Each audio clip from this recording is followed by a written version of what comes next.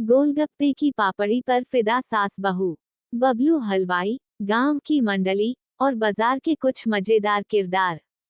सीतामढ़ी गांव की गलियों में धूल उड़ती थी। नीम के पेड़ की छांव तले बकरियां बैठती थीं और सुबह की चाय के साथ मोहल्ले भर की गपशप शुरू हो जाती थी। ऐसे में एक दिन सरस्वती देवी के घर एक नई बहू आई।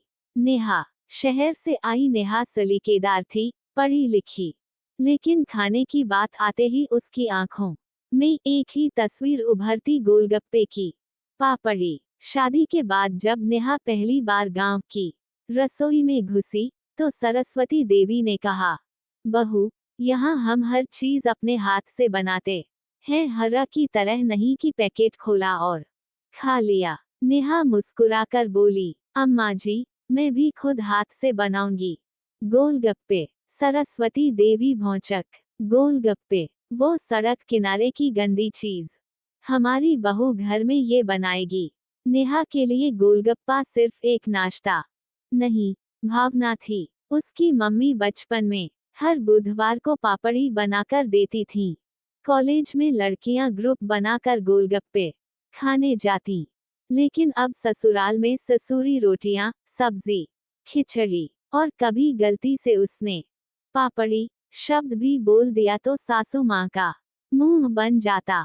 एक दिन जब नेहा ने छिपकर गोलगप्पे की तैयारी शुरू की तो सरस्वती देवी आधम की, डैश, बहू, ये बेलन से गोल गोल क्या कर रही हो? नेहा सकपका गई।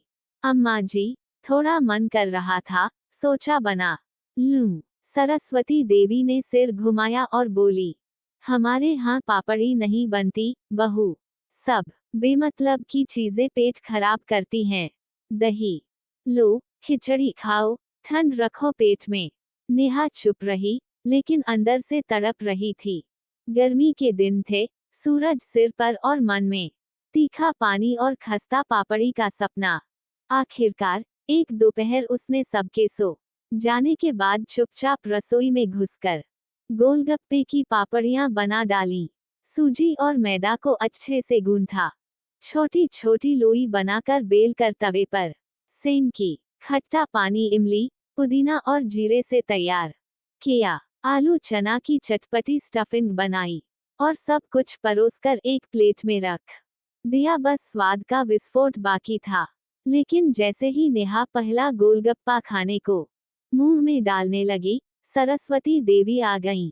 सरस्वती देवी ने देखा प्लेट में कुरकुरी पापड़ी, आलू चना, हरी चटनी, खट्टा पानी।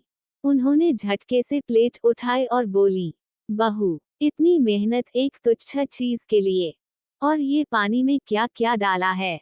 नेहा डरते डरते बोली, बस एक बार खा लीजिए अम्मा जी, फिर मुझसे कुछ मत कहिएगा। सरस्वती देवी ने नाक सिकोड़कर एक गोलगप्पा उठाया, उसमें आलू डाला, खट्टा पानी भरा और जैसे ही मुंह में डाला, चटाक, आंखें फटी की फटी रह गईं। स्वाद की झन्नाटेदार बिजली मुंह से दिमाग तक दौड़ गई। हे राम, ये क्या चीज है?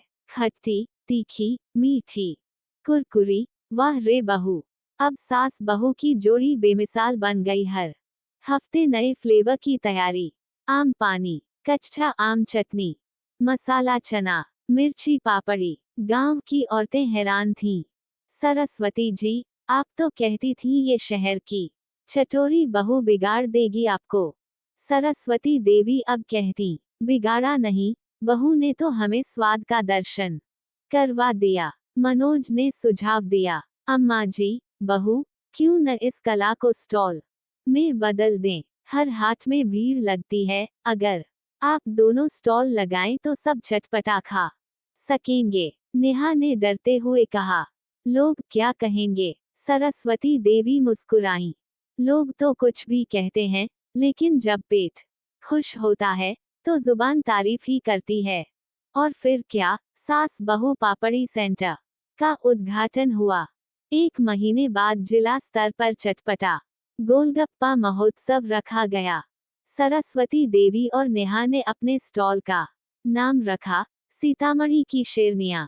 लोगों की कतार लगी। गोलगप्पे के 5 फ्लेवर, पापड़ी के 4 तरह के आकार, गोल, चौकोर, दिल और फूल जैसे। कलेक्टर साहिबा आई, खाया और कहा, आप दोनों ने तो स्वाद और परंपरा को एक कर दिया। आपको प्रथम पुरस्कार मिलता है 50,000 और महिला उद्यमिता सम्मान।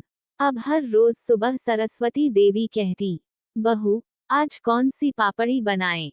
और नेहा हंसकर कहती, अम्मा जी आज काली मिर्च वाली तीखी पापड़ी। और दोनों ठहाके लगाकर काम में जुट जाती। गांव की बहू बेटियां अब नेहा को प्रेरणा दीदी और सरस्वती देवी को चटपटी नानी कहकर पुकारती। रिश्तों में जब समझदारी, स्वाद और सम्मान जुड़ जाए तो वो जीवन के सबसे खूबसूरत पकवान बन जाते हैं। एक छोटी सी पापड़ी ने सास बहू के रिश्ते को जो मिठास दी, वो हर घर में जरूरी है।